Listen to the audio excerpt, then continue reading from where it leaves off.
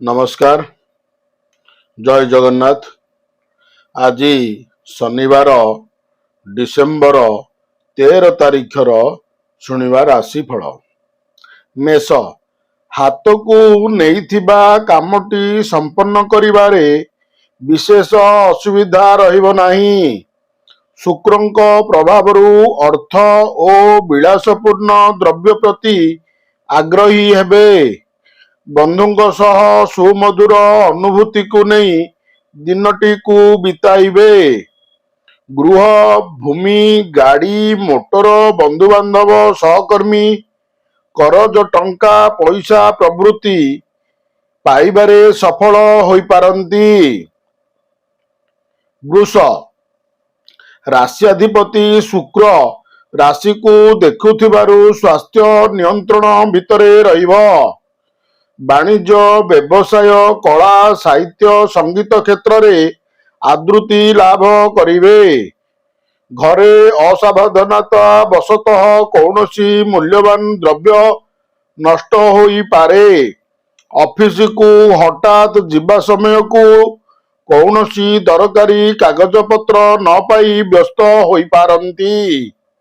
मिथुन, चतुर्थ स्थान रे चंद्र और केतुंक संपर्क कारणरू पारिवारिक अस्थिरता और अशांति देखा देव।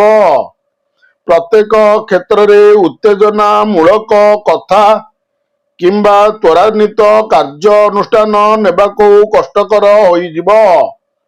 वाणिज्य क्षेत्र रे असुविधा न हेले मध्य आशंका करी मन अस्थिर रहिबो। मिथ्या अभियोग शुणी व्यस्तता अनुभव करिपारंती।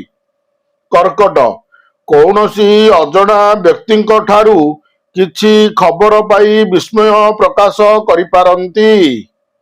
वाणिज्य, परिवहन, सभा समिति, आईन अदालत क्षेत्ररू सुफल पाइबे। बंधुଙ୍କ सह साधारण युक्तितर्करू संपर्क हानि जोगु चिंता प्रकट करिपारंती। स्वास्थ्य प्रति सतर्कता अवलंबन न कले पश्चाताप करने पड़ी पारे। सिंह, सरकारी स्तररू अर्थ प्राप्तिर सूचना पाई मन खुशी होई जिव। शत्रु मनोभाव पोषण करुथिबा व्यक्ति माने परोक्ष समालोचना करिपारंती। शिल्प, परिवहन, निर्माण, वाणिज्य, व्यवसाय सकाशे दिनटी मंद हेब नाही। आनुष्ठानिक कामरे जोग दे